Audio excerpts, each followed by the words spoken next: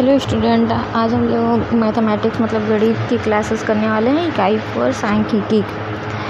तो सांख्यिकी के बारे में जानते हैं। भूमिका। आपने टेलीविज़न और समाचार पत्र में क्रिकेटर का स्कोर बोर्ड अवश्य देखा होगा। इस स्कोर बोर्ड में पूरी खेल का ब्यौरा दर्शाते हैं। खेल में कौन कितने रन से जीता या हारा, इस सूचना के अतिरिक्त अन्य महत्वपूर्ण और अति उपयोगी सूचनाएं भी प्राप्त होती हैं। खिलाड़ियों में किसने कितने रन बनाए और सबसे अधिक रन बनाने वाले खिलाड़ियों ने कितनी गेंदों में रन बनाए, कुल कितने समय लिया आदि के बारे में समाचार पत्र में प्रकाशित एक क्रिकेट मैच का स्कोर बोर्ड नीचे दर्शाया गया है। तो आप लोग देखिएगा। गेंदबाज, ओवर, मेडन ओवर, दिए गए रन, दिए गए विकेट। ठीक है। बल्लेबाज, रन, खेली गई गेंदें, समय और मिनट में, जो भी समय मिनट लगता है। गंभीर, सचिन, धोनी, संग। ठीक है, आगे देखते हैं।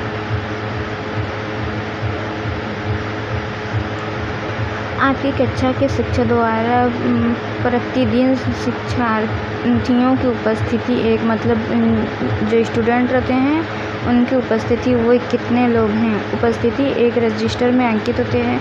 जैसे हम लोग स्कूल में जाते हैं तो हमारे की नाम हाजिरी लिए जाते हैं, उस बारे में बता रहे हुए तथा परीक्षा के बाद कक्षा में विद्यार्थियों के द्वारा प्राप्त अंकों को भी एक रजिस्टर में अंकित करते हुए आपने अवश्य देखा होगा।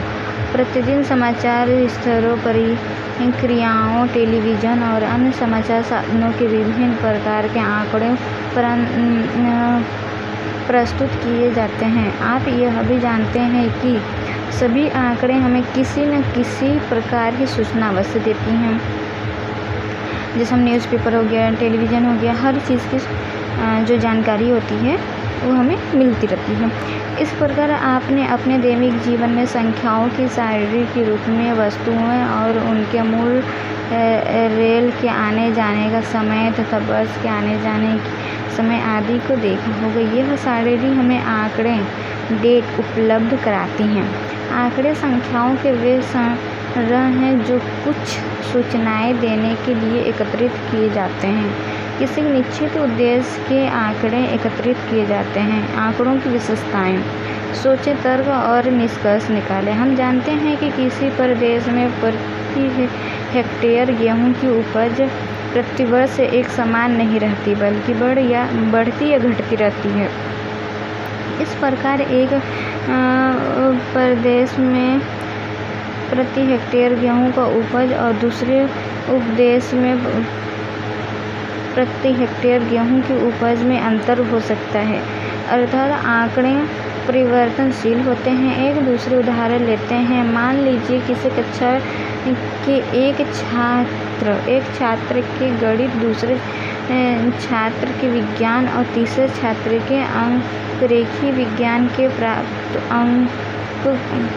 प्राप्तांकों की तुलना करनी है, तो इसके कोई निष्कर्ष नहीं निकलेगा। किंतु यदि तीनों छात्रों के द्वारा केवल किसी एक विषय, गणित, विज्ञान अथवा अंग्रेजी के प्राप्तांकों की तुलना करनी हो, तो इससे यह निष्कर्ष निकला जा सकता है कि उस विषय में किस छात्र की उपलब्धियां अच्छी हैं। मतलब अगर हम 3 छात्र अलग अलग सब्जेक्ट के ले लें तो उसमें कोई भी निष्कर्ष नहीं निकलेगा, क्योंकि तीनों एक ही हैं। लेकिन अगर उनके अंक लिए जाएं, बुक्स के जो भी हैं, अंग्रेजी अलग अलग सब्जेक्ट के जो भी हैं अंक लिए जाएं, तो उसमें हमें निष्कर्ष निकल सकता है कि किसके कितने नंबर्स हैं। इस प्रकार हम देखते हैं कि सजातीय आंकड़े होने पर ही हम किसी निष्कर्ष पर पहुंच सकते हैं। मान लीजिए किसी कक्षा के छात्रों की ऊंचाई का अध्ययन करना है, तो इसके लिए कक्षा के सभी छात्रों की ऊंचाई ज्ञात करनी होगी और सभी विश्लेषण करके कोई अनुमान या निष्कर्ष निकाल सकते हैं। एक छात्र की ऊंचाई अर्थात केवल एक आंकड़े से तुलना नहीं कर सकते हैं। तुलना के लिए आंकड़े सदैव समूह में होते हैं। जो तत्व संख्याओं में व्यस्त नहीं किए जा सकते, उनका अध्ययन सांख्यिकी के अंतर्गत हम नहीं कर सकते हैं, जैसे ईमानदारी, मित्रता, चरित्र आदि। इन सभी चीज़ों का हम आंकड़ा नहीं आंकड़े नहीं लगा सकते हैं। आंकड़े परिवर्तनशील होते हैं, सजातीय आंकड़े होते हैं, पर ही तुलना करके निष्कर्ष निकाले जा सकते हैं। आंकड़े सदैव समूह में एकत्रित किए जाते हैं। आंकड़े सदैव संख्यात्मक राशि में होते हैं। तो इसको आप लोग याद कर लीजिएगा। नीचे लिखते हैं, किसी समस्या के अध्ययन में अध्ययनकर्ता का सबसे पहला कार्य आंकड़ों का संग्रह करना है। आंकड़ों के इकट्ठा करने से पहले हमें यह जानना आवश्यक है कि इसका उपयोग किसके लिए करेंगे। अपनी कक्षा में विद्यार्थियों के 3 समूह बनाएं। प्रत्येक समूह के निम्नलिखित प्रकार के आंकड़े में से एक प्रकार के आंकड़ों को एकत्रित कीजिए। अपनी कक्षा के 10 विद्यार्थियों की ऊंचाई, किसी दिन दिए गए गृह कार्य को करके लाने वाले विद्यार्थियों की संख्या, किसी एक माह में प्रत्येक कार्य दिवस में उपस्थित रहने वाले अपनी कक्षा के विद्यार्थियों की संख्या।